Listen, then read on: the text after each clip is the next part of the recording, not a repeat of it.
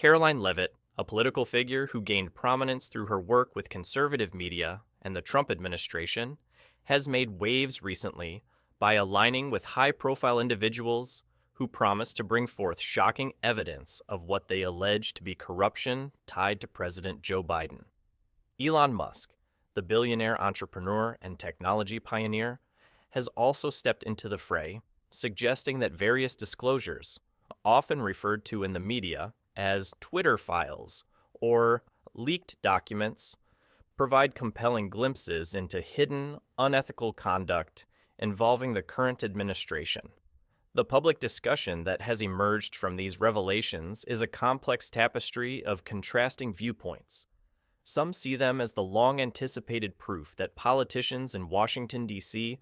are guilty of wrongdoing at the highest level, while others question the legitimacy or significance of this so-called evidence. Whatever one's perspective, the alignment of Karoline Leavitt and Elon Musk in calling attention to alleged misconduct by President Biden has generated a considerable stir, shining a spotlight on the role of social media platforms, mainstream media coverage, and the intricate ways in which political narratives are formed. Much of the rhetoric surrounding the supposed corruption relates to emails, text messages, and other communications that allegedly connect the Biden family to questionable business deals. Karoline Leavitt has taken it upon herself to articulate these concerns in a way that resonates with conservative voters, who have grown increasingly skeptical of mainstream outlets.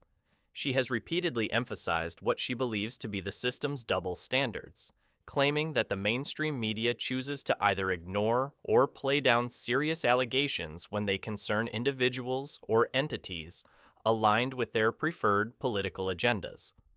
Elon Musk, meanwhile, has employed social media, most notably Twitter, which he purchased, to encourage transparency regarding content moderation practices and the behind-the-scenes decision-making processes that he suggests have historically favored specific political interests.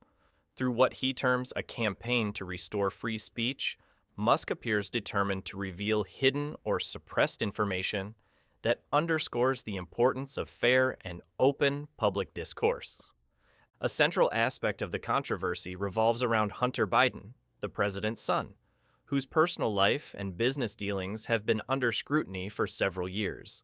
Leaked emails, purportedly taken from a laptop belonging to Hunter Biden, became a flashpoint during the 2020 election cycle, with some outlets covering them extensively and others treating the story with marked caution. Karoline Leavitt has pointed to these emails as prime evidence of impropriety, contending that they point to a deeper network of nepotism and self-enrichment within the Biden family. Whether or not these emails provide a smoking gun remains, to many observers, open for debate.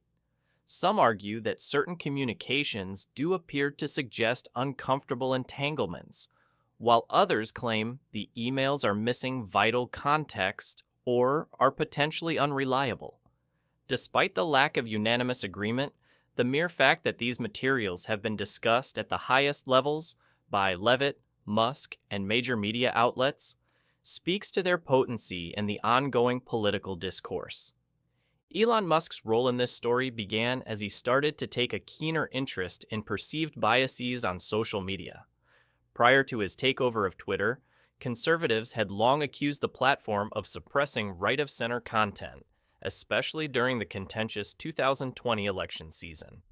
When Musk assumed control, he vowed to shed light on the decision-making that led to the removal or downplaying of specific posts.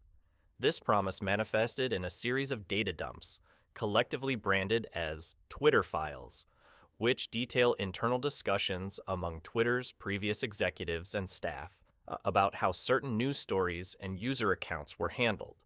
Among these revelations were references to decisions made regarding coverage of the Hunter Biden laptop story.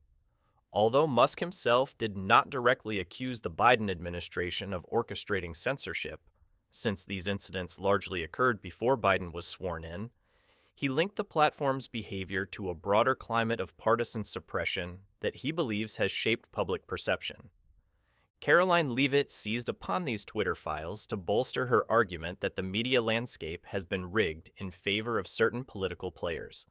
She claims that by controlling and limiting the circulation of information, influential forces in Silicon Valley and legacy news outlets effectively managed the narratives leading up to the election. According to Leavitt, this dynamic deprived the American public of a fair assessment of each candidate's character and track record. From her perspective, what was once dismissed as a conspiracy theory now stands as a legitimate concern. The possibility that leading social media platforms colluded, either inadvertently or knowingly, with partisan interests to keep damaging information about Joe Biden out of the limelight. Critics of these accusations are quick to point out that the lines between moderation policies aimed at preventing the spread of hacked or unverified material and outright censorship can be blurry. They also highlight that the veracity of certain Hunter Biden laptop allegations has never been fully established, and the motivations of those who leaked the emails remain suspect. However, in an era where trust in conventional institutions has dipped precipitously, Karoline Leavitt's messages have resonated with individuals who feel disenchanted by what they view as an elitist political system. Similarly, Elon Musk's emphasis on free speech aligns with the frustrations of users who believe they have been sidelined or silenced. This convergence of tech magnates, conservative spokespeople, and the alleged wrongdoing of a sitting president underscores just how deeply the public's trust in institutions has eroded. The storyline of Biden's supposed corruption thrives on the contemporary inclination to question every official narrative. Whether or not these accusations have robust, incontrovertible proof is almost secondary to the sentiment that drives them. A belief that transparency is being sacrificed for political expediency, and that certain powerful figures might be pulling the strings behind closed doors. By amplifying these concerns, Karoline Leavitt and Elon Musk have effectively tapped into a vast undercurrent of skepticism, drawing new attention to stories that might have otherwise remained on the periphery. At the same time, critics on the other side maintain that these repeated accusations lack critical evidence and serve as little more than political theater. They argue that Karoline Leavitt, by focusing on the alleged misdeeds of Biden, seeks to elevate her own profile within conservative circles, a point they believe is underscored by her frequent media appearances. Likewise, Elon Musk's transformation of Twitter from a neutral platform into one that openly questions established narratives is seen by some as driven by his personal beliefs or business goals, rather than a genuine dedication to free speech. From this vantage point, the entire affair represents a microcosm of broader societal divisions, with each faction claiming truth is on their side. As the debate continues, some lawmakers have called for further investigations, either by congressional committees or independent bodies, into the Biden family's financial dealings and possible conflicts of interest. Karoline Leavitt publicly supports such inquiries, asserting that without a thorough investigation, the American public will be left to grapple with rumors and insinuations instead of concrete answers. Musk, for his part, has not explicitly demanded a government probe, but he has consistently advocated for transparency in the digital realm. With talk swirling about the rightful extent of social media companies' influence on public opinion, the question of accountability looms large. Should platforms themselves shoulder the burden of ensuring equal representation of political perspectives? Or should government policies step in to safeguard information dissemination?